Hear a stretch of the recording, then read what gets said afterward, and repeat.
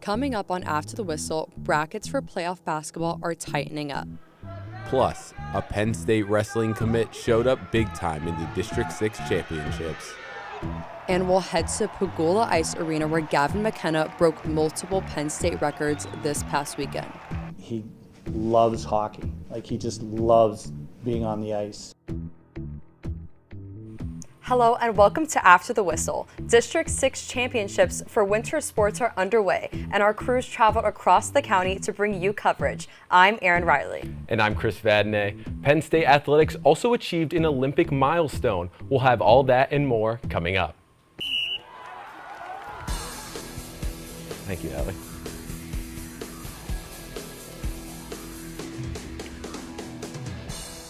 State College meets Mifflin County for the third time straight in the District 6 championship. The Little Lions have won the last two against Mifflin County and 5 straight. Getting started in the first, Chase Rhodes swings up to Micah James. He'll pull the three in the face of the defender and drill it.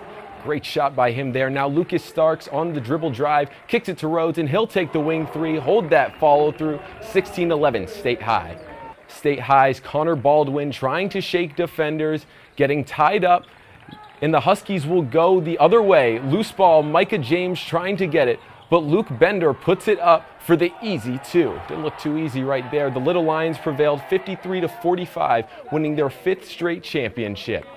State College will face off against Taylor Alderdice in regionals. The Huskies end with their first winning season since 2014. Now, Massimo, it's not the 2016 NBA Finals, but I did hear we had a James versus Curry matchup. Tell me what you can about that. Well, that James versus Curry matchup was great, and Micah James put up a king-esque performance. Back in the District 6 championship, the State College Little Lions turned to a blossoming star to lead the way. Sophomore guard Micah James. He's just a special kid, and he, as a sophomore, it's cool that he has permission to be that aggressive and have that much of an attacking mindset. His aggression led to an 8-point victory for the Little Lions, with 16 points and 5 rebounds. I mean, it's just mindset, go kill everything in front of me. So, yeah, that's what it was. Led by Micah James and the leaders on this State College basketball team, the Little Lions were able to win their 5th straight District 6 championship. Their opponent, a familiar one, Mifflin County, who they've been able to beat each of the last 3 years. The reason it's so special is because of how much we think of them in their program. A lot of our guys play with those guys on travel teams and in other avenues, and they are incredibly well coached. State College and Mifflin County's familiarity have caused each matchup to be anticipated, with plenty of preparation. I was on JV last year, but as a JV player, we were as the scout team, so I was just remembering what I was doing and remembering the film that we had watched. Through that determination and strategy, State College was able to continue their streak as they look ahead to larger matchups. Brian Shawley also said that basketball is about being able to take punches and just keep on moving. Well, led by Micah James, these Little Lions are moving on to regionals. Thanks, Massimo. We head to Mount Aloysius for the District 6A Girls Basketball Championships between State College and Altoona. These two teams gear up to face each other for the 3rd straight time for the District 6 title. We start at the end of the second corner. It's Alkira Cuthbert's buzzer beater to put Altoona up 23-10. The Altoona cheerleaders are going to celebrate with a cheer and their dominant first half. Raylan Iyer takes it away from Sienna Wilson, passes it down to Breonna Hudson as she gets it a quick 2 to keep Altoona going. State High tries to bring it back with Deary Mobley, passing it to McKenna Whithurst, who gets the 3. But it wouldn't be enough as Alkia Cuthbert dribbles it out to take the title. Congratulations. The Mountain Lions take their 5th straight District 6 title in a dominant fashion, winning 51-35. Altoona moves to 19-4 and will hit the road to face Hollidaysburg tomorrow night. The Little Lions end their season 13-8. In a battle of the Pirates, the Williamsburg Blue Pirates sailed over to take on the Bishop Guilfoyle Marauders. Arg, a capacity crowd at Bishop Guilfoyle for this matchup. In the first, it's Gia Adams coming off the screen, and she drains the 3. Great shot by her. got a little movement going on here. Later in the first, Marauders get some good ball movement right here, leading into Gia Adams' second 3 of the night. She finished the game with 5 total. Talk about Curry. And we're going to move on over next half. Blue Pirates try to find an opening, but Amberlyn Petreka says, we're closed. Good defensive stop right there. And Williamsburg got up this late 3 ball from Bryn Lower, but the deficit was too much to overcome. Bishop Guilfoyle got the 30-point blowout win over Williamsburg 61-31. The Marauders are playing right now against Bishop Carroll in the 1A title game. Williamsburg will go on to face St. Joseph's Academy tonight at 7 for 3rd place. Coming up, we'll get a live look into a District 6 championship. Plus, we have highlights for boys and girls wrestling and the swimming championships.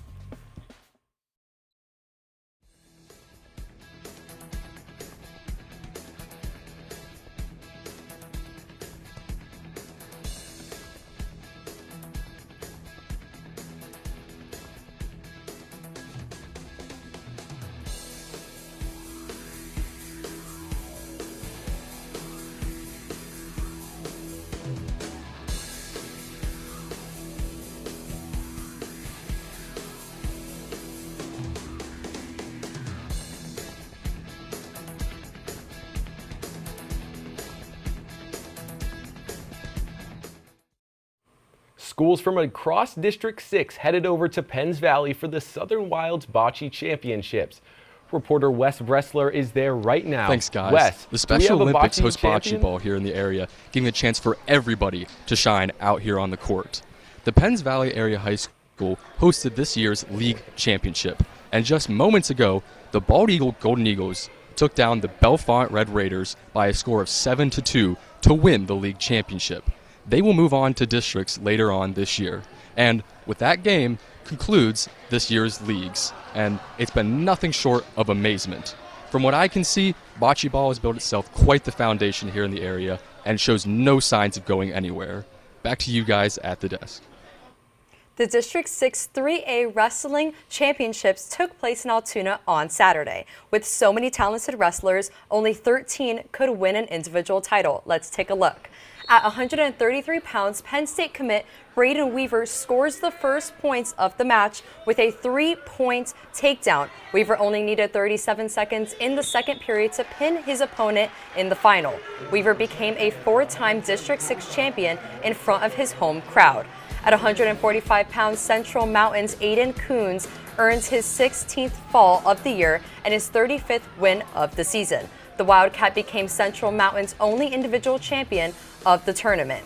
At 152 pounds, another future Nittany Lion in State College's James Whitbread earns a major decision against Bellefonte's Ezra Swisher. Whitbread earned his 3rd straight District 6 title for the Little Lions.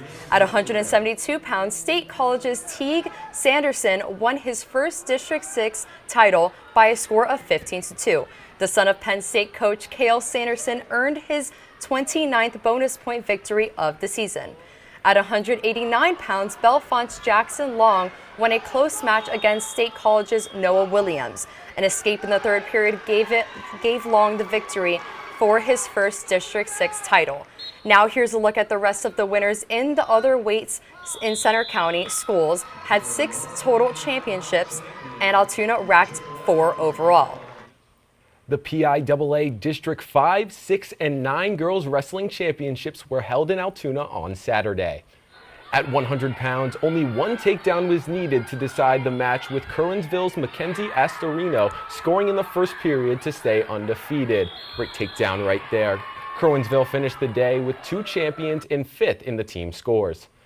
At 148 pounds, reigning state champion Juliet Alt wastes no time with a pin in the second period. Looks like a dominant victory there. Chestnut Ridge finished with 2 champions, with Alt's teammate Violet Lazier also winning by fall. And at 235 pounds, Mila Steinbuch completes the comeback after being down by 4-0 to pin her opponent in the 3rd period. Absolutely electric match there. The Bedford Junior is still undefeated and earned her 3rd straight district title. The Clearfield Bison finished first in the team scores over Northern Bedford with 129.5 pounds and 5 runners-ups.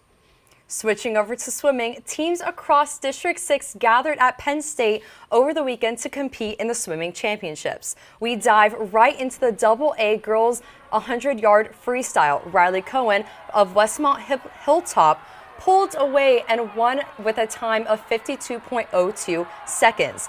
Next up is the boys AA 100-yard backstroke. Alexander Chesnicki won this close heat with a time of 1.06, but it would only be good enough for 11th in the event. Shocking. Finally, we're taking it back to freestyle with the girls AAA 500-yard swim. State College's Gabby Seekman pulled away quickly and extended her lead throughout the race, lapping the other swimmers. She won with a time of 5.02, nearly 18 seconds faster than second place. Seekman's victory helped the Little Lions win the girls' AAA championship with 523 points. State College also won the District 6 boys' AAA championship with 502 points.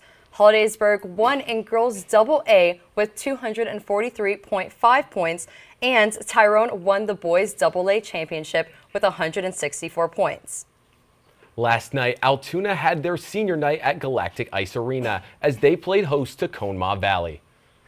Multiple Altoona seniors get recognized before puck drop, and we are underway from Galactic Ice Arena. Starting off in the first period, it's Owen Wasovich getting the steal and goes backhand for the opening score of the game, patting Altoona up 1 early. Just 2 minutes later, Brody Pavlik sends a centering pass over to Tegan McGaw, who gets the one-timer to go, knotting the game up at 1 apiece.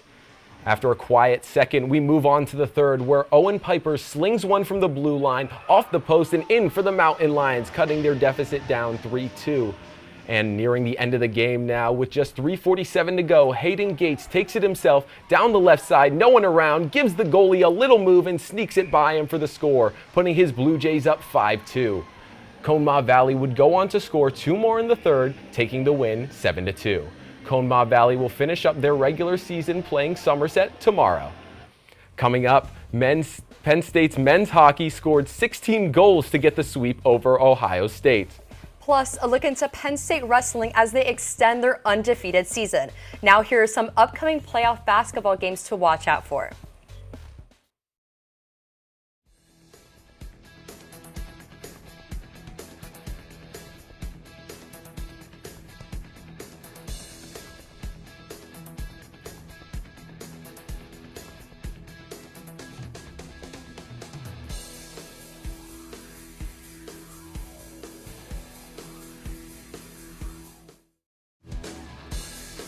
Over the weekend, Penn State Adaptive Athletics hosted their first ever wheelchair basketball tournament.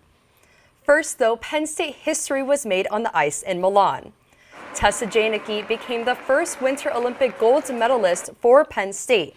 Team USA beat Canada 2-1 in overtime to earn gold. Janicki was on the ice for the final horn and was on the ice for both goals. She was also the first Nittany Lion to be named to the Team USA Women's Ice Hockey Olympic roster ever. Wow.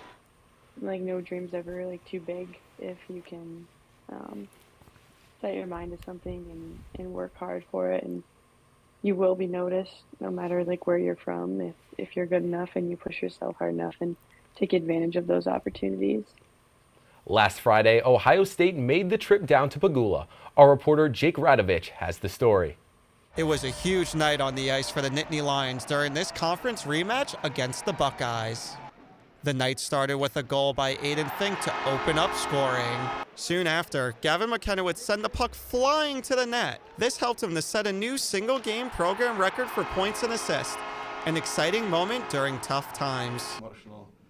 I was just having fun out there. I think a lot of stuff going on in my life right now, so being out on the rink, being with the guys, that's my happiness. So, I just thought I'd show some personality. It wasn't just a record-breaking night for Gavin McKenna. It was a new record for the entire team, as 11 goals scored is a new record against a Big Ten opponent. The puck went to the back of the net again, and again, and again.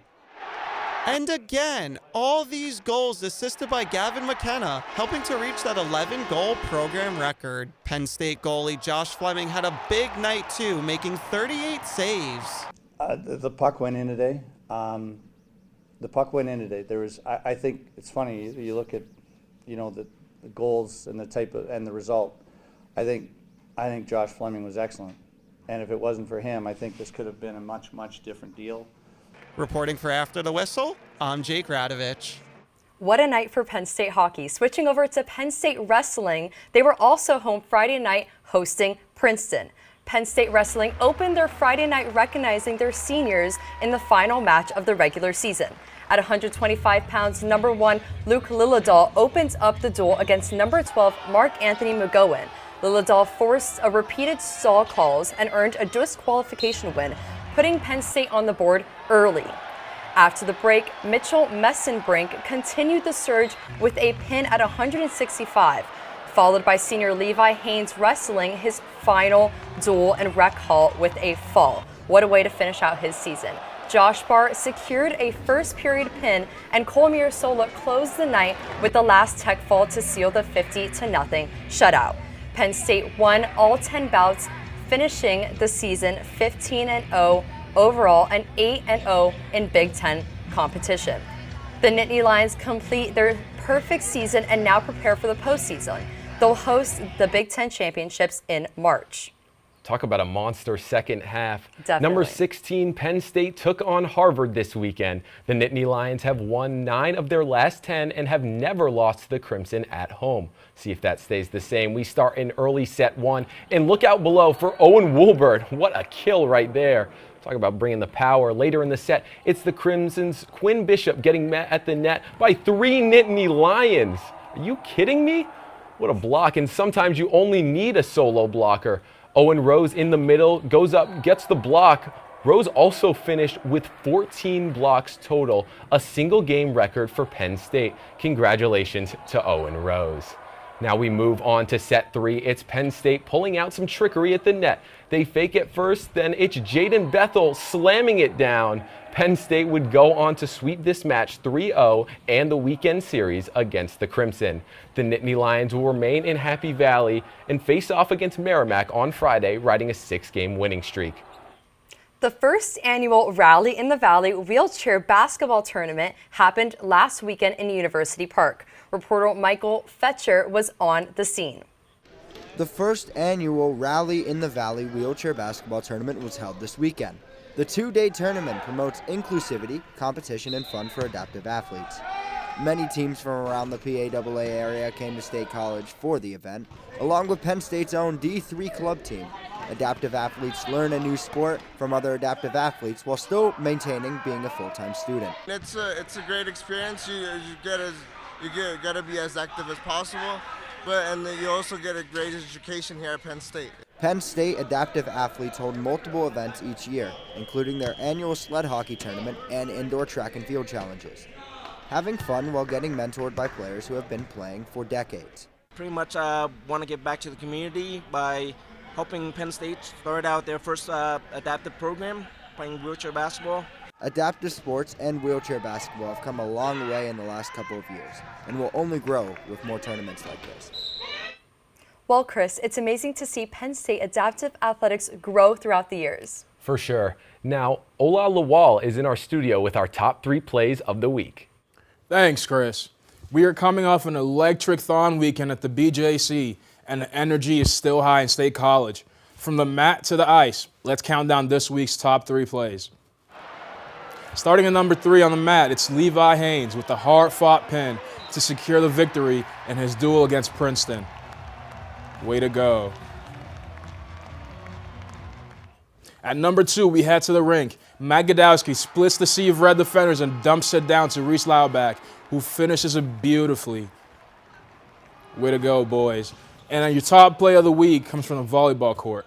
It's Michael Schwob, Sean Harvey, and Owen Rose combining to get the stop block for Penn State.